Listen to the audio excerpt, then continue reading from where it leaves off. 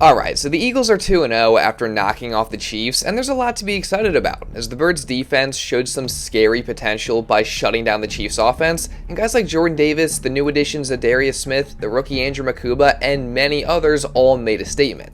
And Mukuba specifically sent a message to the NFL after the game that you don't want to miss. However, this game might have also fully exposed the Eagles' most serious flaw, as a lackluster performance from Jalen Hurts in the offense has fans extremely worried about the passing game, the play calling, and the offense as a whole. And guys like Nick Sirianni and AJ Brown sounded off on that after the game. So I'm going to talk about that and everything else from the Eagles' ugly win over the Chiefs starting right now. The Eagles vs. Chiefs quote-unquote Super Bowl rematch in Week 2 was certainly nothing like the game that we saw from these two teams just 7 months ago. As unlike that showing for the Birds, this game was not pretty, and in fact, I'd say it's one of the uglier games, particularly offensively, that I've watched in a long time. As from costly mistakes to lackluster performances to some extremely questionable play calling and also some controversy, this game really had it all besides the explosiveness or flashiness that you would expect from a Super Bowl rematch. I mean, it truly was a slugfest, but at the end of the day for the Eagles, they got the win, and they've started the season off 2-0. So as much as there are areas of concern and things that didn't look very good, I think it's important to remember that at the end of the day, winning is all that truly matters right now. I think that's the most important thing is finding a way to win. And, given the competitive nature of the game and how our games have gone when we play this team, so it's a really good team. We got a ton of respect for them, obviously. We showed up when we needed to the most, and that's the most important thing. The game isn't necessarily won off of fireworks. It's won off of scoring more points than the other team. What is it about this team to find different ways to win? Resiliency, playing for each other together, not wanting to let each other down, the process that they go through, and just all the things, the mental toughness that we have. It's just a bunch of good guys, good coaches, good players, and yeah, our job, especially early in the season, is, and what I've said constantly to the team, is find a way to win, take pride in winning any way that you possibly can, work to get better throughout the week, repeat, repeat, repeat. Yeah, I mean, that was the general message echoed by all the Eagles after the game, that winning is really the most important thing. And like Jalen pretty much said to Chris Jones there, you can talk about stats as much as you want, but as long as you win the game, nothing else really does matter. So awesome to see Hurts clap back at Jones like that in the spirit of competition. By the way, no hate to Chris Jones, because he always consistently has shown respect to the Eagles and Jalen Hurts. But getting back to the conversation of winning, that's something Jalen Hurts has done a lot of recently, as the Eagles' win over the Chiefs on Sunday marked Jalen Hurts' 16th straight win in games that he started and finished, which is just insane. And it also makes Hurts just the second quarterback ever, along with Joe Burrow, to beat Patrick Mahomes 3 times in a row. Speaking of which, this is also now the first 3-game losing streak of Patrick Mahomes' entire career, and also the first time in the Mahomes era that the Chiefs have started 0-2. So again, as much as this game was very ugly at times, and there are definitely things that have to be better moving forward from the Eagles, we have to give credit where credit is due also and realize coming into Arrowhead and beating Patrick Mahomes and the Chiefs is a very difficult thing to do. Like I said, it was a gritty game. It was back and forth, and getting a win here is hard to do. So this team is it's a new team, but this team DNA just is resilient. It's going to try to just find a way to win, no matter what that looks like. To go out here and have a great game and to just get a win. It's hard to win at Arrowhead. It's hard to win on the road, and to get all that, it just shows the team that we're capable, and we just have to keep being consistent. Again, things definitely have to be better, but the fact that Jalen Hurts and the Eagles just keep finding ways to win these games, especially one like this in a very brutal environment against a really good team, I think definitely says something about the toughness, the resilience, and the culture of this team even very early on in the season. Also, real quick, I want to take a minute to talk to you about the sponsor of today's video, HOF. If you're looking to make smarter, more responsible bets this NFL season, then HOF is the perfect tool for you, as this stats app provides all the numbers, insights, analytics, and probabilities to help you be more informed and make smarter bets. And that's what I really appreciate about it, because, I'm the kind of person that likes to really think through things and make calculated decisions. So whether you're like me or you're the exact opposite and you need a tool to help keep you in check and just help you make more responsible decisions, decisions when betting, then the HOF app is great. I mean, say I want to place a bet on the Eagles versus Chiefs game. The HOF app gives me a breakdown of the matchup and all the info that I need to make smart bets. Or, say I want to build a parlay across multiple games, the HOF app shows me the most favorable bets and trends across the league, and the Parlay Optimizer tool shows me any weak links in my parlay. And I can make the bets right there in the app. Honestly, guys, if you are going to sports bet, then I think this is probably the smartest and most responsible way to do it. Again, please, please, please gamble responsibly. I cannot stress that enough. And for a limited time only, you'll get a 7-day free trial and also 50% off your first month when you use code PhillyFan at checkout. Just download the HOF app on iOS or Android, enter code PhillyFan, and you're all set. And again, thank you to HOF for sponsoring today's video. Now, obviously, a lot has been made about how ugly this game was offensively, and trust me, we'll get into that a bit later, but defensively, and also special teams-wise, there was honestly a lot to love about this game. I mean, just start at the very beginning of the game, as after the Eagles' offense stalled, the defense came out onto the field and forced a quick 3-and-out, as Zack Baun came flying in for the big hit on third down and forced an incompletion.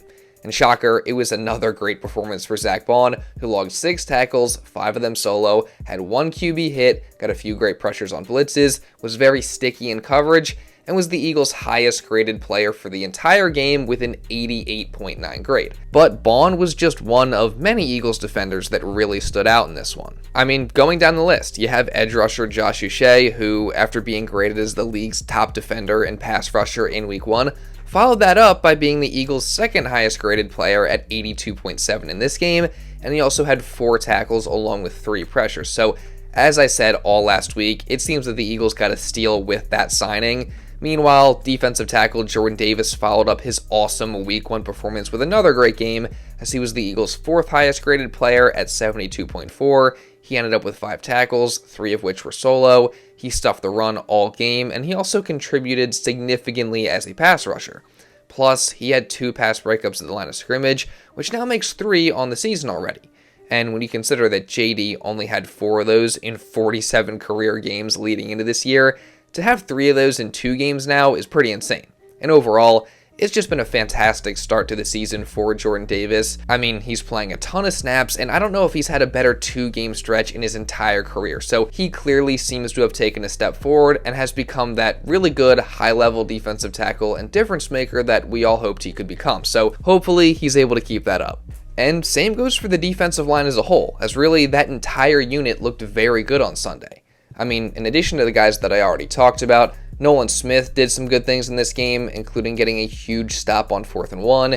Jalen Carter returned and immediately was his game-wrecking self, getting multiple pressures and also leading the team in QB hits with 3, while he also played through some sort of arm or wrist injury, so hopefully he's good there. Also, Moro Ojomo got his first regular season career sack in this one, which was definitely awesome to see. Staying in the front 7, linebacker Jihaad Campbell also had a pretty good performance as he got multiple pressures on blitzes, and he had the second most tackles for the Eagles with 7.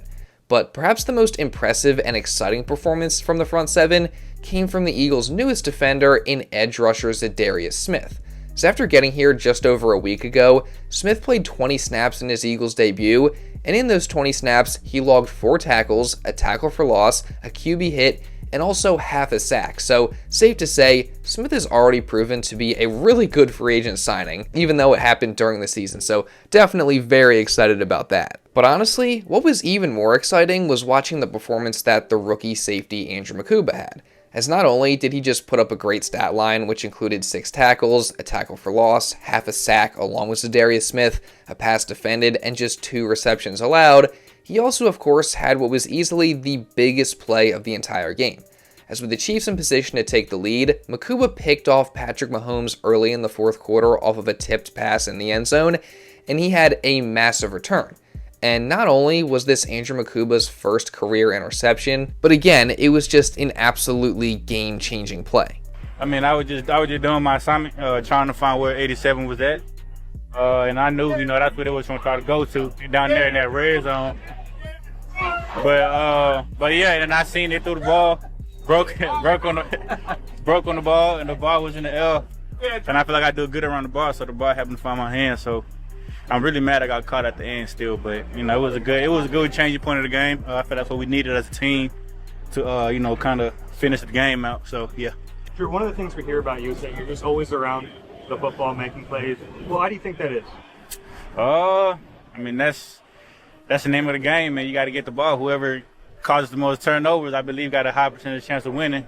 So, just thinking ball at all times, man, it's important. And I feel like that's what helps me a lot, being in those positions and being able to make those plays. This play put the Eagles' offense in great field position and ultimately led to the score that put the game out of reach for the Chiefs. So, again, this was easily the most important play of the game. So cool to see Mukuba make that play. And it's also just awesome to see Mukuba shine in general this early into his career. Like, was he perfect in this game? No. But to see him perform this well this early on, while still obviously have a lot of learning and growing to do, is only a positive sign of things to come. And Mukuba himself says that once he gets fully comfortable, it's going to be scary for the rest of the league. As I play and as I make the plays that I make and be in a position, I feel like I gain more confidence just being out there and getting comfortable. And I feel like sooner or later, I'm going to get really, really comfortable, and it's going to be scary. I think it's safe to say that the Eagles got an absolute dog when they drafted Andrew Mukuba this year. And honestly, it's just crazy to think about the fact that over the past 2 years, the Eagles have absolutely knocked it out of the park with their first and second round picks, all on defense, by the way. And again, overall, aside from a few plays in key situations, it was really a great overall performance from the Eagles defense. I mean, I think they're clearly miles ahead of where they were at this time last year. Some of the stuff from week 1 got cleaned up in this game, and while they still obviously have many things to work on, Vic Fangio has this unit looking very promising and scary once again. So I'm definitely expecting another great season from that unit. However, on the flip side of that, I think I and pretty much all Eagles fans have some very legitimate concerns about the offense after these first 2 weeks. Now, first off, I will say on a positive note, I do think that the run game with Saquon Barkley was improved in this game from where it was in that first game against the Cowboys.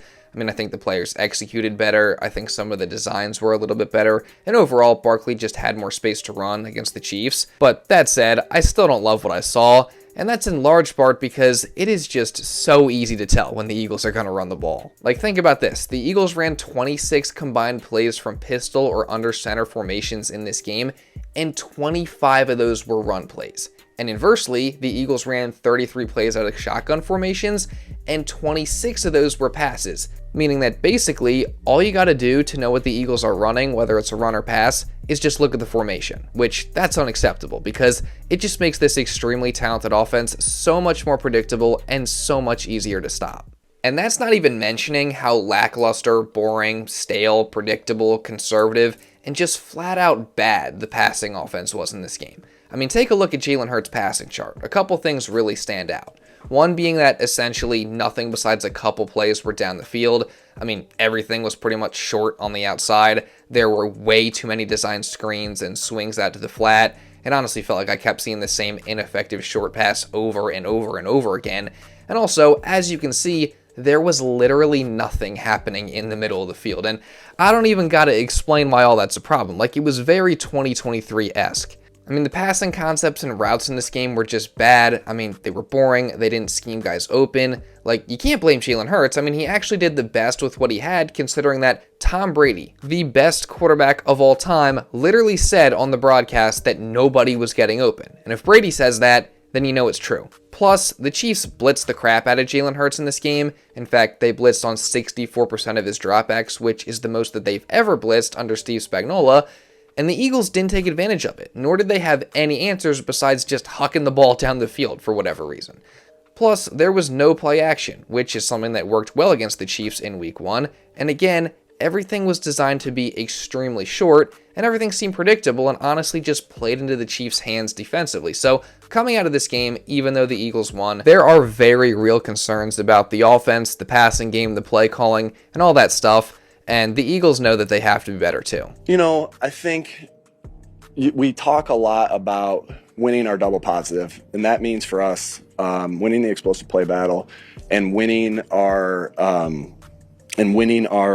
turnover battle. So we've been able to win that turnover battle. I think that we need to be better in the explosive play battle. There's no doubt about it. So we have some thoughts, and we'll watch the tape and go from there. But it's been efficient. The pass game's been efficient. We just haven't hit the chunks. But what I would say, and we know we need to do that, right? That's going to open up everything. I think the goal is to win the game. So no matter what that looks like, I think the reason why people may talk about it, because they want to know if it's substantial, you know, and can you sustain that throughout the season. So, you know, I think that's fair. I think that's a fair thing to talk about, but, you know, our job is to continue to try to find a way to win.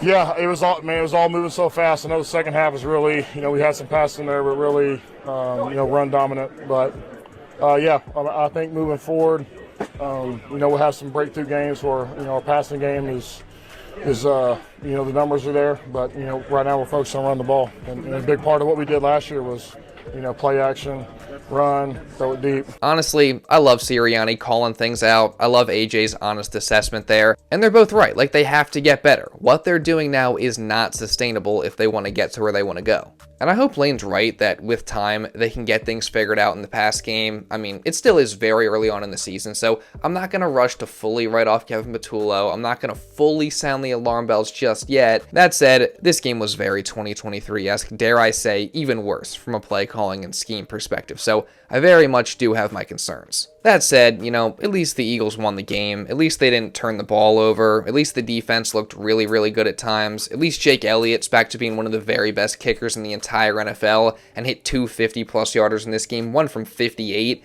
And at the end of the day, the Eagles did have some nice moments offensively. I mean, that third drive in the first quarter that ended with a 13-yard Saquon Barkley rushing touchdown was nice. The drive after the Mukuba pick that essentially put things out of reach was huge. That Devontae Smith jump ball was obviously huge as well, so shout out to him for that. And also, one thing that did work offensively in this game that always works was the brotherly shove, as they of course got the touchdown there and then sealed the game with this play. Now, there is some controversy surrounding that, you know, particularly with this game. People are saying that the Eagles got away with a lot of penalties and false starts on this play. Everyone's complaining that it's unfair, that the league is letting the Eagles get away with this.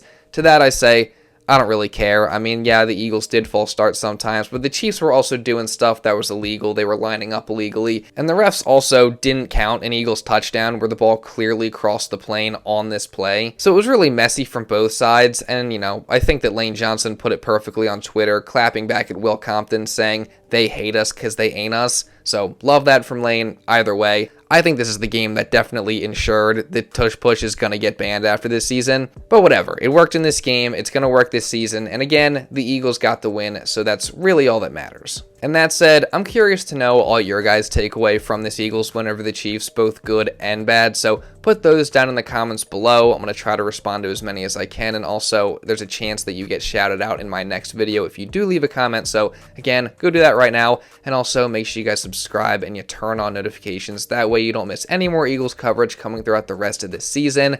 And also leave a like down below because it really does help me out a ton. Let's see if we can get to at least 500 likes today. And also hit the hype button. It's this new thing on YouTube. I don't fully know what it does, but I know it helps me, so hit that as well. I would be greatly appreciative of that.